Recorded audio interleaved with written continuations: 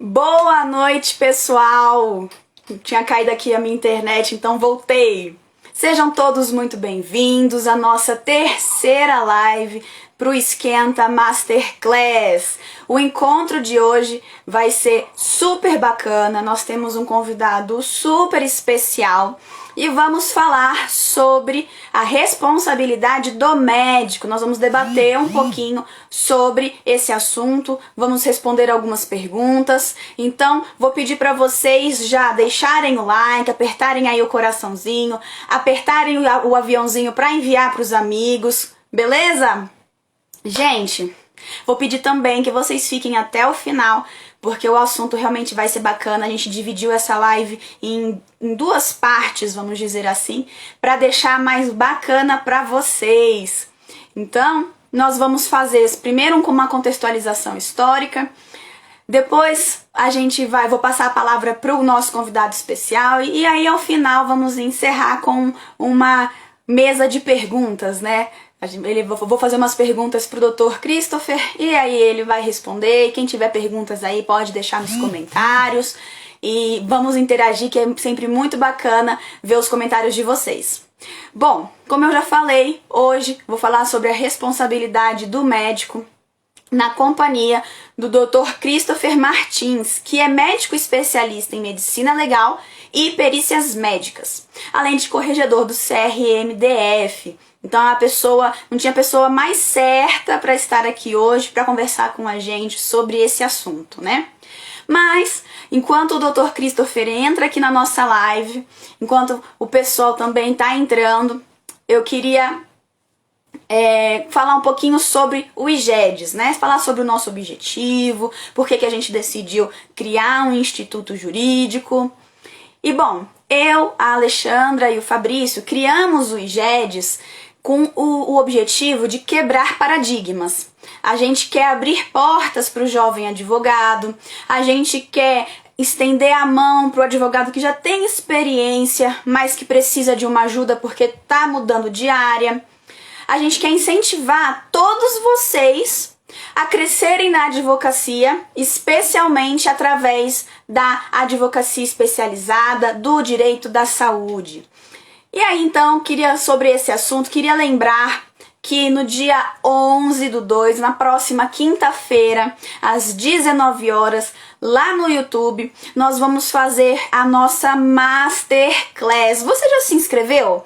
A Masterclass vai ser uma super aula, onde nós vamos trazer vários outros assuntos sobre o direito da saúde, um conteúdo exclusivo para a gente debater um pouquinho e conversar sobre o direito da saúde. Nessa Masterclass também, nós vamos falar mais sobre o curso. Nós vamos falar sobre formas de pagamento, nós vamos falar sobre os valores, quais são os bônus, nós vamos explicar a ementa, enfim, se você tem curiosidade, se você quer saber mais tanto sobre o direito da saúde quanto sobre o nosso curso, faça a sua inscrição, garanta a sua vaga. A Masterclass, ela é gratuita, mas você precisa se inscrever para garantir sua vaga para participar. O link para participação tá lá na bio e todo mundo que se inscrever ganha um e-book, combinado? Agora, então, enquanto o Dr. Christopher ainda não entrou, eu acho que ele tá com algum probleminha na conexão, não sei. Conversei com ele antes de entrar e disse que estava tudo ok. Vamos esperar então um pouquinho mais. Mas enquanto isso, queria me apresentar para vocês. Meu nome é Andressa Pasqualini, eu sou cofundadora do IGEDS junto com a Alexandra e o Fabrício. Eu sou advogada aqui em Brasília, eu tenho pós-graduação em Direito Médico e Hospitalar, tenho uma pós-graduação, uma especialização em Direito da Medicina e já fiz vários outros cursos complementares em Compliance na Saúde, em Diretivas Antecipadas de Vontade, no Direito à Saúde baseado em evidências, enfim, já fiz uma série de cursos, eu sou apaixonada por estudar, estou fazendo agora o mestrado, junto também com a Ale e o Fabrício. Olha, não é fácil, gente, tá? Olha, corrido montar tudo isso, equilibrar essa vida cheia de atribuições, mas é um prazer, eu gosto muito, muito de estudar. Vamos ver, deixa eu ver aqui se o Dr. Christopher entrou, acho que não. O Dr. Christopher ainda não entrou, deixa eu ver aqui se tá tudo certo. Aí, acabou de entrar. Entrou na hora certa. Vou convidá-lo aqui para compor a nossa live. Feliz com a presença de vocês, gente. É sempre muito bom conversar sobre os assuntos do direito da saúde com vocês. Boa noite, doutor Christopher. Boa noite, doutora Andressa. Boa noite a todos. Tudo bem? Obrigada por aceitar o nosso convite. É uma honra poder contar aqui com a sua presença e dividir a fala com o senhor sobre a responsabilidade do médico. Perfeito. Agradeço muito o convite. Meu nome é Christopher Martins. Eu sou médico, especialista em medicina legal e perícias médicas e atualmente sou conselheiro do Conselho Regional de Medicina aqui do CRMDF. Maravilha! Como a gente combinou, né, vou explicar para o pessoal, vou fazer uma introdução sobre o tema, falar um pouquinho da responsabilidade no viés jurídico, como que a legislação enxerga essa responsabilidade. Eu vou passar a palavra para o Dr. Christopher fazer as considerações dele, trazer os questionamentos, os pensamentos, e ao final a gente vai fazer um bate-bola com algumas perguntas. Então já vou pedir para quem tiver dúvidas, quem tiver alguma pergunta, deixa nos comentários, que ao final a gente vai responder. Bom, sobre responsabilidade, eu acho que vou começar contextualizando, trazendo questões lá de trás, porque a responsabilidade civil, ela existe desde que o mundo é mundo, né? Então, desde os primórdios, o ser humano, quando ele se sente lesado, ele sofre algum dano, ele busca algum tipo de reparação. A diferença é que lá atrás, no Homem das Cavernas, era uma reparação geralmente física, muito brutal, sem civilidade, e hoje nós temos esse tema regulamentado no Código Civil, no Código de Defesa do Consumidor. Então, a forma de reparação hoje, ela se dá através de uma compensação monetária, né? Através de uma pecúnia. E na legislação brasileira, nós temos dois tipos de responsabilidade. Nós temos a responsabilidade civil objetiva e a responsabilidade civil subjetiva. A responsabilidade objetiva, ela é a regra pelo Código de Defesa do Consumidor. Porém, hoje, na live de hoje, eu vou focar na responsabilidade subjetiva, porque é a que é aplicada aos profissionais liberais e, portanto, aos médicos. E o tema de hoje é justamente a responsabilidade do médico. A diferença primordial entre as duas é que a responsabilidade objetiva, ela tem 3 elementos, enquanto a subjetiva tem 4. E o elemento diferenciador, o elemento que realmente traz esse caráter de subjetividade é a culpa. Então, tanto a objetiva, ela tem os elementos para que a responsabilidade se caracterize, são a conduta humana, o nexo causal e o dano. Para a responsabilidade subjetiva, nós temos a conduta humana, o nexo causal, o dano, da mesma forma que para a objetiva, porém nós temos o elemento da culpa. E esse elemento, ele é primordial, ele é essencial para essa subjetividade, como eu falei. E por que isso? Porque o médico, ele só pode ser eventualmente responsabilizado se houver provas concretas de que ele, na sua atuação, agiu com culpa. O que significa dizer que ele deve ter agido ou com negligência, ou com imprudência, ou com imperícia. Se não tiver essa prova, se você não conseguir demonstrar que houve essa culpa na atuação do médico, no ato médico, não tem como fazer a responsabilização do médico, não vai acontecer. E aí, então, a gente percebe que a culpa, ela é primordial e ela existe no nosso direito brasileiro, na nossa legislação, ela veio principalmente com o Código Civil de 2002. Por quê? Aliás, de 1916, o Código Civil de 16. Porque na época desse código, nós fomos muito influenciados pelo direito francês, que adotou essa teoria da culpa. Então, lá em 16, o nosso código adotava exclusivamente a teoria da culpa. Então, só existia um tipo de responsabilidade. Hoje, no nosso código de 2002, agora, nós temos a teoria mista. E aí, como eu falei, nós temos, então, dois tipos de responsabilidade. Uma com apuração da culpa, outra sem apuração da culpa. Acho importante ressaltar aqui que a responsabilidade médica, ela pode estar na área civil, como eu acabei de explicar para vocês, mas ela também pode se dar na área penal e também na esfera ética administrativa junto ao conselho. E também devo ressaltar aqui que ajuizar um processo em uma esfera não impede de ajuizar nas outras. Então, um médico pode responder um processo na esfera civil e na penal, mas também pode ser que, pelo mesmo fato, ele tenha que prestar esclarecimentos ao seu conselho e, eventualmente, responder um processo ético. Então, nós temos 3 formas do médico ser responsabilizado, lembrando sempre de que deve existir a culpa. Mas sobre essa questão da responsabilidade ética, eu acho que o Dr. Christopher pode falar muito melhor do que eu. Ele vivencia de perto essa questão enquanto conselheiro e tudo mais.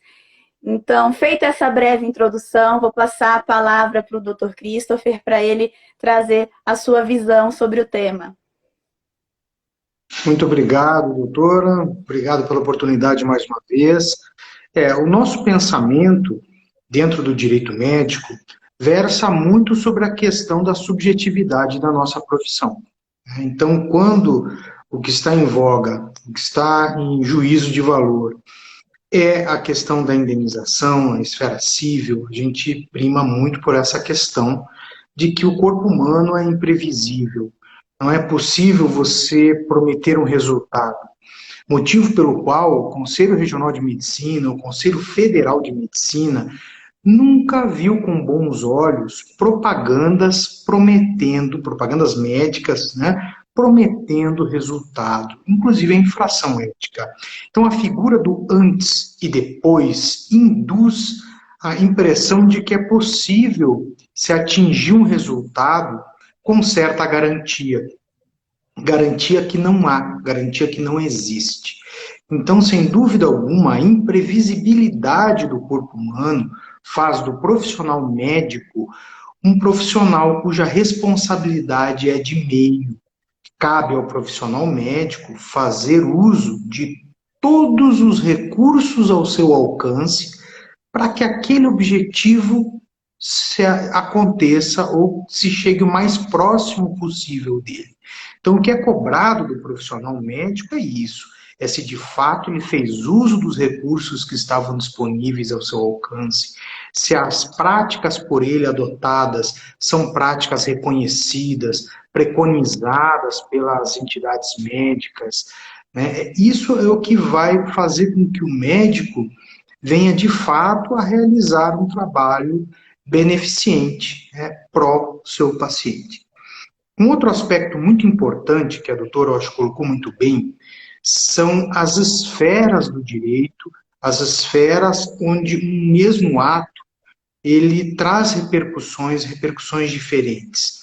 Uma situação envolvendo um ato profissional pode desencadear consequências na esfera penal, nas esferas administrativas. Eu gosto de falar no plural, porque o profissional médico pode responder tanto perante o seu empregador público, né, um processo administrativo vinculado a uma secretaria de saúde ou ao órgão público onde ele trabalha, como também na esfera ético-profissional, que não deixa de ser administrativa também, o Conselho Federal e os Conselhos Regionais de Medicina. Se for um profissional militar, ainda está sujeito à legislação militar, está sujeito também ao nosso Código Civil, por óbvio, né? Então a esfera civil também vai apurar o que é da sua competência. E como a doutora Andressa muito bem colocou, as esferas elas são totalmente independentes. Então não cabe aquela arguição do ne bis in idem, né? Não tem isso, porque o indivíduo pode ser condenado por mais de uma vez pelo mesmo ato. O que ele não pode, o que caracterizaria o bis in idem, é o indivíduo ser julgado pela mesma esfera, pelo mesmo ato mais de uma vez, né? Julgado e condenado. Então, isso precisa ficar bem claro porque é uma arguição frequente no Tribunal de Ética Médica. Isso não significa que não possa ser levado em consideração no momento de dosimetria, por exemplo, de uma sanção, né? Porque as esferas são muitas, doutora, mas o indivíduo é um só, né? E existe a razoabilidade da pena, a razoabilidade da sanção administrativa. Então, uma vez que uma determinada instância já alcançou uma condenação, e uma condenação de relevada monta, sem dúvida alguma isso pode ser, sim, levado até as outras instâncias, porque elas são independentes, doutora, mas elas conversam entre si. Existe a figura da prova importada, né? Os autos, eles são compartilhados, inclusive nós mesmos, na esfera administrativa, no CRMDF, no CFM, fazemos muito uso de diligências de outras esferas. Por exemplo, a esfera criminal, ela goza de diligências muito peculiares, o exame necroscópico, a perícia criminal, o Instituto de Criminalística. Então, em muitos momentos, nós fazemos uso, sim, das provas produzidas na esfera penal. E vejo que na esfera civil, a doutora vai ter mais experiência do que eu nessa área, vejo que a esfera civil também se vale do mesmo recurso, né? Usa das provas e das diligências executadas lá na esfera criminal. Então, é um caminho longo, né? Quando você está diante de uma situação onde se questiona o erro profissional, é uma marcha longa para que esse profissional possa se defender. As instâncias se comunicam, então as defesas precisam ser muito bem constituídas, né, para que não se queimem etapas, não se percam os argumentos e não acabe induzindo a uma compreensão equivocada que gera sempre injustiças, né? Basicamente, eu acho que o introdutório seria esse, doutora. Perfeito, uma fala muito importante, trouxe um outro lado, né, essa questão de arguir no Tribunal de Ética uma suposta dependência, isso realmente não tem como discutir, elas são independentes, mas apesar disso, como o senhor bem colocou, você pode pedir uma prova emprestada, o juízo de né, o juízo que foi feito ali em uma esfera pode ser uma prova, uma influência para o juízo do outro, né? E, bom, tô vendo que as pessoas estão entrando aos poucos e se alguém tiver pergunta, eu vou repetir. Se alguém tiver perguntas, pode deixar aí no nosso comentário. Vamos interagindo. E, doutora, eu queria aproveitar, então, e perguntar se o senhor tem visto mais condenações éticas ou se permanece mais ou menos a mesma coisa. Como é que está sendo a sua visão com relação a isso? Então, o que nós temos visto, doutora, são mais processos, tá? São mais reclamações, mais denúncias, de forma realmente progressiva. Isso eu acredito ter um nexo direto com o esclarecimento da população, com o fato da justiça se tornar algo mais acessível para o cidadão, como nunca foi antes, a democratização do conhecimento, né? Então nós temos um número grande de justificativas para que tenhamos um número maior de denúncias. Não obrigatoriamente nós estamos tendo práticas médicas mais inadequadas, digamos assim. Isso não significa que erros estão acontecendo com mais frequência. Não, é a lupa do senso crítico dos pacientes e também da justiça que progressivamente está mais acurada. E isso nada mais é do que a expressão da democracia, é o crescimento do nosso país, do nosso Estado, vamos dizer assim, um progresso da nossa civilização, da nossa sociedade. Então, nós temos sim um número grande de processos. Não temos um número elevado de condenações. Por quê? As absolvições e os processos, as sindicâncias que são arquivadas, elas ainda são em número maior. Também por uma série de motivos, né? O paciente nem sempre consegue procurar o seu direito de uma forma mais adequada. Também a impressão que se tem do tratamento médico em algumas situações é equivocada. Em suma, nós temos um número gigantesco, doutor, de reclamações infundadas. Isso gera para nós, no Conselho Regional de Medicina, uma situação delicada, né? Uma situação que vive também outros conselhos profissionais, porque há um número grande de reclamações e reclamações infundadas, e os profissionais médicos muitas vezes se sentem, mas poxa, mas eu tenho mesmo que responder a essa demanda, né? Então, assim, é um princípio muito importante da justiça o esclarecimento dos fatos, né, doutor? O devido processo legal, o acesso do cidadão à justiça. Então, independentemente do mérito, independentemente do quão relevante é uma reclamação, nós, no Conselho Regional de Medicina, precisamos exaurir os meios no sentido de esclarecer esse reclamante e buscar sempre pela verdade. Então, qualquer pessoa que chegar e procurar o Conselho Regional de Medicina com uma queixa, nós vamos instaurar um procedimento ainda informal, que é a nossa sindicância, é um procedimento não punitivo, prévio ao processo ético profissional e que ainda não está adstrito ao princípio do contraditório, da ampla defesa, ou seja, é um procedimento informal e inquisitorial. Esse procedimento vai ser instaurado, doutora, independentemente da reclamação. Se ela for infundada, aí sim ela será solicitada a arquivação, né, pelo conselheiro relator, seu conselheiro sindicante, e essa decisão pelo arquivamento ou não será sempre colegiada, será uma decisão da Câmara de Sindicância dos Conselhos Regionais de Medicina. Tá? Então, assim, concluindo, a gente temos condenações, sem dúvida alguma, mas o número de denúncias que comprovadamente são infundadas são maiores. Eu percebo realmente que por parte dos consumidores, dos pacientes há um empoderamento com relação ao Código de Defesa do Consumidor, né? Porque sabemos que a relação médico-paciente não é, de fato, consumerista aos olhos da ética, né? Mas aos olhos da lei, uma forma de tratamento seria através do Código de Defesa do Consumidor. E o movimento que eu tenho reparado é um empoderamento do consumidor, do paciente, por conta dessa proteção tão grande que o CDC traz, e aí eles acabam realmente criando uma expectativa, até o próprio acesso à informação de forma facilitada e muito acelerada, também contribui muito para isso, né? Então, às vezes, o paciente ele se informa ali na internet, cria toda uma expectativa. Na realidade, essa expectativa ela é quebrada, ela é frustrada, e isso gera um sentimento no paciente de que tem algo errado e nem sempre, de fato, condiz com a verdade, né?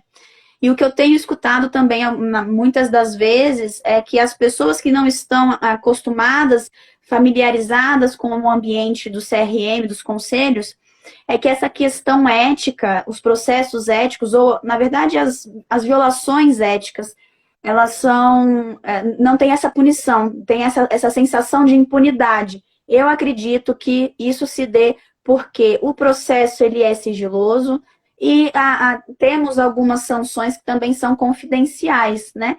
E aí, com relação a isso, eu queria saber qual que é a opinião do doutor, se Se o senhor escuta esse tipo de comentário, se não, como é que é? Sim, de fato há um senso comum nesse sentido, né, de que não há punição ou de que há um corporativismo do ponto de vista da nossa classe. E o que é uma sensação infundada, né? Não é uma sensação verdadeira. Uma coisa é a justiça, se fazer justiça. Outra coisa é se transmitir uma sensação de justiça. São conceitos muito diferentes. Eu concordo com a doutora com relação ao Código de Direito do Consumidor, que progressivamente está se fazendo valer, né? Foi um código muito importante para o aperfeiçoamento da nossa sociedade. E eu ouço muito se dizer assim, não, isso não se aplica à relação médico-paciente. Mas o Código do Consumidor é enorme, né? Então, assim, eu não concordo com isso. Ele se aplica, não no todo, mas ele se aplica, sim, né? Alguns pontos muito peculiares e muito especiais é que não se aplica. E especificamente essa questão da subjetividade do tratamento, da subjetividade da profissão médica, né? Da imprevisibilidade do corpo humano. Tá? Então, realmente fica essa sensação de que o Conselho Regional deixa de apurar ou que não pune os médicos. Uma sensação que não é verdadeira, porque nós temos um volume muito grande de colegas médicos que respondem pelas queixas apresentadas pelos pacientes, e quando fica comprovado, há sim a sanção administrativa. Essa sanção ela pode ir desde uma advertência em confidencial até a cassação do exercício profissional médico, né? Então veja que eu não falo nem em pena, porque não existe pena perpétua, né?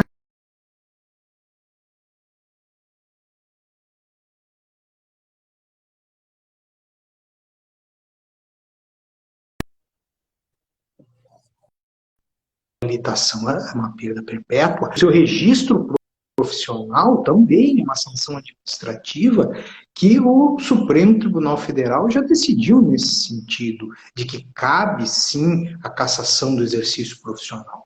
Então, eu garanto para a doutora que quando um paciente reclama de um profissional médico e reclama nas três esferas, na civil, na administrativa e na criminal, eu não tenho nenhuma dúvida que a que preocupa mais esse profissional é a esfera administrativa no Conselho Regional de Medicina.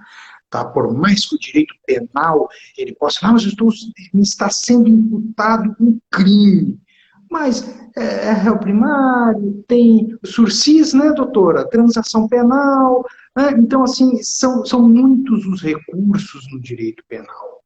O administrativo, o civil também é. As condenações a gente sabe que não são muito voluptuosas, né, doutora? São condenações, em via de regra, menores. Há uma série de recursos cíveis que o médico pode lançar mão, inclusive seguros, entre outros recursos que podem proteger esse profissional. Mas perante o Conselho de Medicina, perante o Conselho Federal de Medicina, não há essas alternativas. Então, uma coisa que os pacientes precisam saber é que não se pode subestimar essa instância. É, sem dúvida alguma, aquela que traz punições relativamente severas. Mesmo, olha que interessante, doutora, mesmo uma advertência, por exemplo, uma censura pública. Mas como assim censura? Não fez nada, só chamou a atenção, disse que é errado. Mas a censura pública, quando a gente publica em diário oficial que aquele médico foi aplicado a sanção, e ele foi chamado a atenção que aquilo não deveria ser feito, isso vai ficar na ficha funcional desse profissional médico e ele vai ter uma certidão positiva por 8 anos. Não é um prazo pequeno. Na esfera penal, você consegue resolver essa situação da baixa no seu registro em 2 anos da pena cumprida. O nosso prazo é de 8 anos. Então, a figura de uma pena pública faz com que o mercado de trabalho do médico seja restrito por 8 anos, porque nenhum grande hospital, nenhum grande plano de saúde, nenhum serviço público vai empregar um profissional que tem na sua ficha uma condenação no Conselho Regional de Medicina. Então, é uma pena que não é pequena, é uma pena de 8 anos, né? Uma sanção de 8 anos. Então, nós precisamos ter aquelas privadas para situações de menor impacto, digamos assim. As infrações administrativas, muitas vezes, para com o próprio conselho, por exemplo, uma propaganda irregular, não é bem uma queixa do paciente, é uma ferramenta que o conselho tem para proteger a sociedade de uma propaganda inadequada. Mas será que cabe para o faltoso uma sanção pública? E ele ficar 8 anos com o seu mercado de trabalho restrito, me parece desproporcional.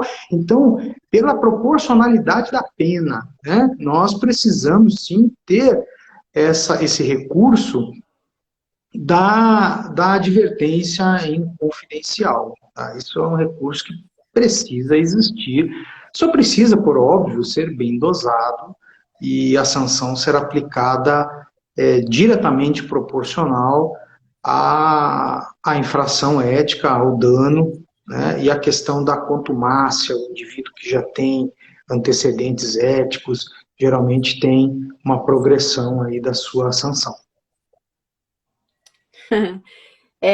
Acho que as pessoas, quando elas não têm essa familiaridade, essa vivência com as questões administrativas dos conselhos, não conseguem entender a dosimetria, digamos assim, né, para se chegar a uma sanção, realmente fica um pouco complicado para essas pessoas visualizarem o peso que algumas penas têm, né, e que realmente, como o doutor bem ressaltou, é pesado ficar 8 anos ali com as suas atividades restritas, né? É um tempo bem considerável. E me mandaram uma pergunta, aproveitando que a gente está falando aqui sobre cassação e penas, sanções, perguntaram se aqui no DF tem muita suspensão e qual a quantidade de processos éticos em média que o CRMDF recebe. O CRMDF recebe um número grande de denúncias. Tá? O CRM recebe, por ano, em torno, mais ou menos, de 300 a 400 denúncias. Tá? Em torno de 10% dessas denúncias, entre 10% e 15%, é que acabam se tornando, de fato, processos éticos profissionais. Né? Ou seja, um grande número dessas reclamações acabam se resolvendo, se esclarecendo na fase de sindicância, por uma série de motivos diferentes. Muitas vezes é um erro de instância. Né? O paciente está reclamando de uma situação envolvendo a cobrança. Não, o valor não era esse. Não, mas assim, né, são situações que muitas vezes nós não alcançamos na esfera administrativa. Ou o profissional médico bateu no carro dele no trânsito, e ele foi reclamar no CRM. Não, olha, você teve um prejuízo material, mas não tem nexo direto com a profissão médica, não é aqui. Né? Então, todas essas situações entram nessa conta. Tá? Aí, desses, em torno de 30, 40 processos que são instaurados, mais ou menos, por ano, dentro do Conselho Regional de Medicina do DF. Bacana. Realmente é uma quantidade bem diferente, né? 300 para 30. Então, aí a gente realmente percebe que muitas das reclamações realmente não tem como irem para frente, né? Mudar um pouco do assunto, sair um pouquinho dessas questões mais administrativas, mais minuciosas com relação à pena, queria saber o seguinte, principalmente com a questão da pandemia, que as pessoas estão mais online, recorrendo mais à internet, queria saber, assim, é visível que os médicos têm usado cada vez mais as redes sociais como um meio para divulgar informação, para divulgar o trabalho. E aí, com relação a isso, juntando todo esse cenário, o senhor tem percebido um aumento de publicidade médica em desconformidade com as regras, um uso indiscriminado, digamos assim? Nós temos hoje uma série de recursos para divulgação do trabalho médico que nós não tínhamos há alguns anos atrás. A nossa resolução, que trata da publicidade médica, a resolução 1974, ela é de 2011. É uma resolução antiga, é uma resolução de um período em que nós não tínhamos ainda imensos recursos, como o Instagram, que nós estamos conversando aqui, ele estava engatinhando nessa época. Né? Então, eu acredito, doutora, que isso se trata de algo frequente na nossa sociedade, no sentido de que uma nova tecnologia foi colocada à disposição e o ordenamento jurídico ainda não se adequou a essa nova tecnologia. Então, muitas vezes, nós nos defrontamos com publicidades que não é que elas estão irregulares, elas levantam uma suspeição muito grande, mesmo porque o ordenamento jurídico não prevê ela direito, então fica aquela sensação de que ela é inadequada, a sociedade evoluiu mais rápido que a norma. O que é a regra, geralmente é assim mesmo que funciona. Primeiro acontece o fato concreto, para depois nós nos preocuparmos em legislar. Tanto é que quando nós estamos diante do novatio legis, né, há aquela discussão toda de como será a interpretação dessa lei nova, e muito se discute e pouco se conclui, porque enquanto não houver o trânsito em todas as instâncias, enquanto não houver o caso concreto decidido lá pelo Tribunal Superior, nós não vamos verdadeiramente saber qual é a interpretação daquela norma. Então, o Conselho Federal de Medicina está trabalhando, está discutindo a respeito da publicidade médica e, em breve, deve soltar uma nova resolução prevendo essas situações que hoje ficam muito borderline e não nos permite compreender nem afirmar que a propaganda é ética, nem também apontar que ela tem irregularidades. A pandemia nos pegou de surpresa. Então, diante da pandemia, o Conselho Federal de Medicina fez a opção de entregar aos seus médicos autonomia, autonomia no sentido lato sensu da palavra, no sentido de que não é possível, nesse momento, o Conselho regulamentar de forma minuciosa, seja a questão da propaganda, seja a questão de tratamentos, né, em função de inúmeras polêmicas que assolam o nosso país e que, de certa forma, dividem os profissionais num momento difícil que nós passamos por uma doença grave. Então, é conferido ao profissional médico a autonomia. Mas a doutora há de convir comigo que a autonomia anda de mãos dadas com a responsabilidade. E aí nós voltamos lá para a responsabilidade médica. Se ele tem autonomia, então quem decide é ele, e ele vai responder por essa decisão, se ela não for uma decisão amparada pela ciência, pela medicina, pelas boas práticas médicas. Eu queria ressaltar dois trechos da fala do doutor que eu achei que foram perfeitas. A primeira sobre a positivação do direito, né? Eu lembro que na época da faculdade, os professores diziam que o direito positivado, a regulamentação, a lei, ela é reflexo do que a gente vive enquanto sociedade. Então, de fato, a gente evolui enquanto sociedade, para daí termos demandas, anseios de evoluir aqui a positivação.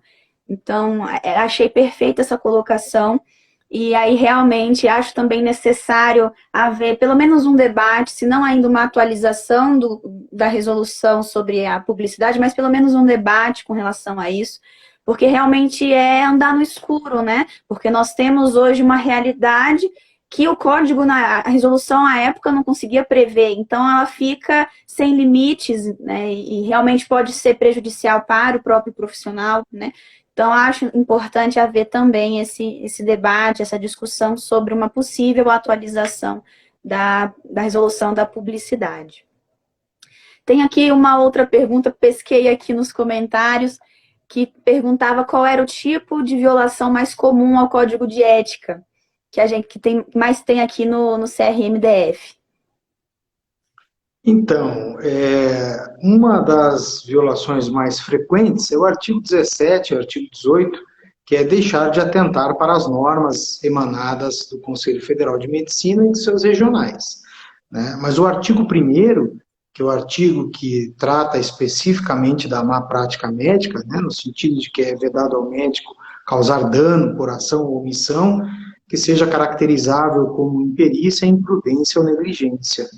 É, vamos dizer assim, um artigo muito importante do Código de Ética Médica e que está diretamente relacionado com o dano, tá? Então, se nós formos pensar em um paciente reclamando em função de um tratamento, o artigo mais frequentemente imputado é o artigo 1º, tá? Mas se nós formos ver toda a legislação médica, os outros artigos acabam sendo um pouco mais frequentes, porque o exercício da profissão médica é um imenso atento a um número grande de regras, tá? E muitas vezes regras administrativas que tratam tanto de publicidade quanto da regularidade do seu registro, das características, né, do ambiente onde trabalha.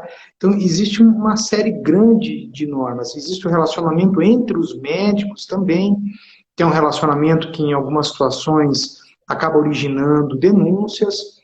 Tá? Então, existe o relacionamento do profissional com o seu conselho, questão envolvendo registro de títulos, né, anúncio de títulos que não possui. Então, tem outros elementos que, normalmente, essa denúncia não chega pela voz do paciente. Tá? Mas se nós fizermos essa distinção, sem dúvida alguma, o artigo 1º, né, é o artigo que mais é imputado quando a reclamação vem do paciente. Maravilha. Doutor, trazendo ainda essa questão da internet, do uso das redes sociais, é notório observar que muitos pacientes, quando insatisfeitos, quando têm as suas expectativas frustradas, eles não hesitam em fazer comentários nas redes sociais, muitas das vezes infundados ou agressivos, né? E aí sabemos também que existe a possibilidade do profissional, do médico, solicitar o desagravo público. O senhor poderia comentar para a gente um pouquinho como é que funciona, como é que o CRMDF tem atuado, se tem tido pedido sobre isso? Sim, o Conselho Regional de Medicina procura ficar atento a isso. Quando há uma manifestação desarrazoada, né, ou que a gente nunca vê com bons olhos, que é um julgamento antecipado, né, uma condenação, uma apenação, que hoje muito se fala do cancelamento, né? Então são situações que nós precisamos sim ficar atentos, e o que nós queremos é o devido processo legal, que o indivíduo responda perante as instâncias que são competentes, e não que o indivíduo o profissional médico seja penado pela imprensa. Então há sim a figura do desagravo. Essa figura ela existe tanto espontaneamente, por exemplo, numa situação em que não há um processo instaurado em desfavor desse médico, né, como nas situações em que foi instaurado de forma inadequada, né, o indivíduo pode sim pedir uma retratação, e quando isso acontece, o Conselho Regional de Medicina presta também esse serviço. Bacana, bacana. Ainda nessa questão da internet, fiz várias perguntas sobre isso. A gente sabe que a internet facilita bastante a nossa vida com relação ao acesso à informação, mas, por um outro lado, ela também facilita muito a exposição da nossa vida pessoal, da nossa vida acadêmica, de trabalho, profissional, enfim. E aí, com relação a isso, sobre essa questão da exposição, o senhor acha que tem alguma relação com, de repente, uma autopromoção, um sensacionalismo por parte do médico nesse âmbito profissional? Tem. Eu vejo, doutora, como uma das situações, um dos grandes desafios para o Conselho Federal de Medicina regulamentar a questão envolvendo a publicidade. A questão de se diferenciar, discernir entre a pessoa física, o cidadão, o médico, né, do profissional médico. Então, esse discernimento ele precisa acontecer. Nós temos sugerido que os profissionais eles mantenham um perfil pessoal e um perfil profissional, para que fique bem caracterizado, assim, que se você está vestido com uma roupa de marca, por exemplo, ou se você está com um boné, ou você está elogiando um determinado produto, você está fazendo como pessoa física, de uma forma, vamos dizer assim, não relacionada com a profissão médica. Agora, quando você se identifica como profissional médico, quando você tem de fundo o seu consultório, quando notoriamente você está usando da sua profissão para promover algum produto, para promover a si próprio, né, o seu consultório, a sua clínica, um plano de saúde, assim, indiscutivelmente, esse profissional ele está sob a guarda, né, sob os olhos da resolução, hoje, a 1974. Tá? Então, não há como se negar isso. Não é o fato de você estar usando uma outra ferramenta que você não vai ter que se submeter às regras de publicidade, você vai ter que se submeter sim. O que há, e aí, doutora, não é só na esfera médica, é como um todo, é um volume avassalador dessas propagandas e algumas situações, como os vídeos do TikTok, por exemplo. O vídeo do TikTok assombrou, né, a comunidade médica uns meses atrás, porque aquilo virou febre, era todo mundo fazendo vídeo. Hoje essa situação já amadureceu um pouco mais, já diminuiu um pouco esse problema. Então, veja que não tem como a legislação acompanhar tudo isso, né? É um pouco complicado. O que a gente tem pedido muito é uma questão de bom senso para o profissional, porque a exposição profissional, ela te traz assim alguns louros e te traz muitos reveses. A partir do momento que você não for feliz numa colocação, a mesma amplitude que você tinha, o mesmo alcance que você tinha com os seus seguidores, agora você vai ter de desafetos. Né? Então, eu não sei até que ponto é duradouro, porque fazer sucesso me parece, nos dias de hoje, ser relativamente simples, doutora. Me parece ser simples. O que é muito complicado é você sustentar esse sucesso. E a vida profissional do médico não é uma vida construída em 10 dias, nem em 10 meses. Talvez nem em 10 anos se construa uma reputação como médico. Então, deve-se pensar muito bem antes de tentar uma forma, vamos dizer assim, não consolidada, não ortodoxa, não validada de exposição da sua figura profissional. Nós aqui, enquanto advogados, também estamos passando por um problema parecido com relação especificamente ou especialmente ao TikTok. Né? Tem muitos advogados que são contra, tem muitas OABs também que são contra, e aí entra um outro problema, porque não existe um consenso. Então, tem OAB que proíbe ou que sugere, né, que não se use, a outra OAB não se manifesta, então são vários problemas e realmente acompanhar tudo isso, até mesmo porque nos dias de hoje tem muitos aplicativos, tem muitas coisas que são efêmeras, então tá bombando hoje, amanhã não tá mais, então realmente não teria como acompanhar, a legislação acompanhar isso, a gente sofreria aí uma legislação em excesso e depois de pouco tempo ela ficaria inócua, né? É um problema realmente, eu acho que para várias profissões, não só para o direito e para a medicina. O senhor já tocou nesse assunto no início da live, mas vou fazer a pergunta mesmo assim. Com relação às imagens de antes e depois, o senhor acredita, o senhor percebe que os profissionais, alguns profissionais médicos, eles escolhem correr o risco de postar uma foto de antes e depois, ou o senhor tem percebido uma maior conscientização com relação a isso? A grande questão é que os profissionais que trabalham com a medicina mais voltada para as questões estéticas, eles se queixam muito de que outros profissionais de saúde têm esse recurso de mostrar o antes e depois. Né? E isso transparece para essas comunidades, para essas especialidades médicas, que há uma certa concorrência desleal em função do profissional médico, que é o mais capacitado, que é o que tem a formação mais longa, é o que está mais preparado para tratar complicações desses atos, não pode divulgar, mostrar o seu trabalho. Tá? Então, há um enfrentamento muito grande. E existem aqueles dentro da medicina que defendem que nós devemos liberar o antes e o depois. Particularmente, eu me sinto muito incomodado com essa hipótese, mas ela não é de todo impossível ou incoerente.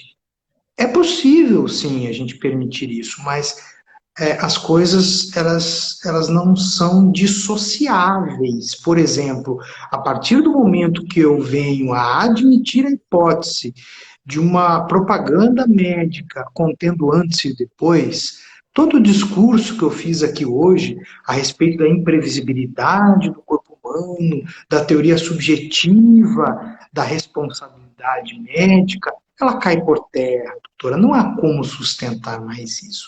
A partir do momento que eu mostro o antes e o depois, eu assumo uma responsabilidade envolvendo aquele determinado resultado. E eu passo, sim, a pertencer à teoria objetiva. Cai a minha subjetividade. Aí eu não sei se nós vamos ter que cindir a medicina, no sentido de deixar bem claro o que para fins estéticos e até onde vai essa responsabilidade objetiva, mas o que não há como a gente negar é que seja possível continuar sustentando uma tese de que o corpo humano é imprevisível, mas eu posso mostrar como você vai ficar depois. Né? Não me parece honesto.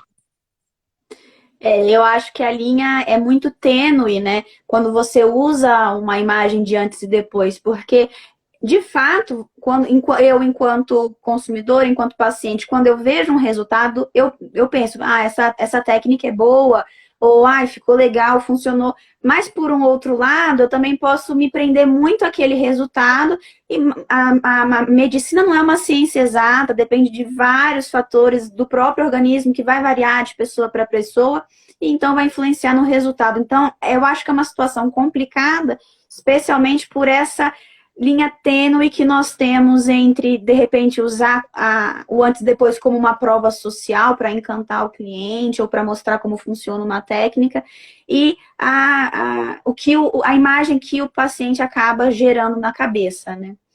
Recebemos uma pergunta aqui no Instagram, deixa eu ver como é que faz. Recebemos várias. Aqui. Se ele acha que o antes e depois isso gera uma expectativa no paciente. Eu acredito que sim, né, doutor? Sem dúvida, gera uma expectativa em todos nós, né? Gera uma expectativa, inclusive, do alcance desse profissional. Né? A partir do momento que você promete um determinado resultado, que você cria essa expectativa no seu paciente, você assume um risco muito grande. Então, realmente, eu me sinto desconfortável em defender essa tese de que é permitido no tratamento médico mostrar o antes e o depois. É algo que eu me sinto desconfortável mesmo em admitir. Nós temos, se não me engano, pelas minhas contas, nós temos 5 minutos. O perfil aqui é novo, então a live é derrubada com 1 hora. Eu tinha mais uma pergunta para fazer, mas eu acho que a resposta dela excede 5 minutos, que seria sobre o processo ético profissional. Então, eu vou guardar essa pergunta para uma próxima live. Com certeza, nós faremos outras com o doutor. Queria, então, aproveitar para agradecer nesses minutos finais a presença de todo mundo, a participação, viu? O pessoal interagindo, conversando entre si nos comentários, isso é muito bacana. Queria agradecer novamente ao doutor por ter aceitado o convite e abrilhantado aqui a nossa live com tanto conhecimento, com uma fala tão rica. E lembrar que dia 11/2 nós temos uma Masterclass para falar ainda mais sobre o direito da saúde. Quem quiser, quem tiver interesse, é só se inscrever, o link está na nossa bio. Doutor, passo a palavra para o senhor para as suas considerações finais. Muito obrigado pela oportunidade, espero que eu tenha correspondido à altura. Estou sempre à disposição, é um assunto que particularmente eu gosto muito, né, que é o direito médico, a parte envolvendo a responsabilidade profissional e essas evoluções que nós somos forçados, né, a repensar e a rever os nossos conceitos e também as nossas normas cotidianamente, numa sociedade muito dinâmica, que evolui a cada dia, tanto de forma espontânea quanto de forma forçada, né, diante dessa pandemia Covid-19. Muito obrigado pela lembrança do meu nome e, se eu puder contribuir, estou sempre aqui. Nós que agradecemos, o pessoal está comentando, dizendo que adorou, eu também adorei, foi um prazerzão poder escutar um pouquinho a visão do médico, do conselheiro do CRM-DF. Então, muito obrigada, pessoal, boa noite, amanhã tem mais live, eu e o Fabrício, e até o resto da semana também. Boa noite, até a próxima.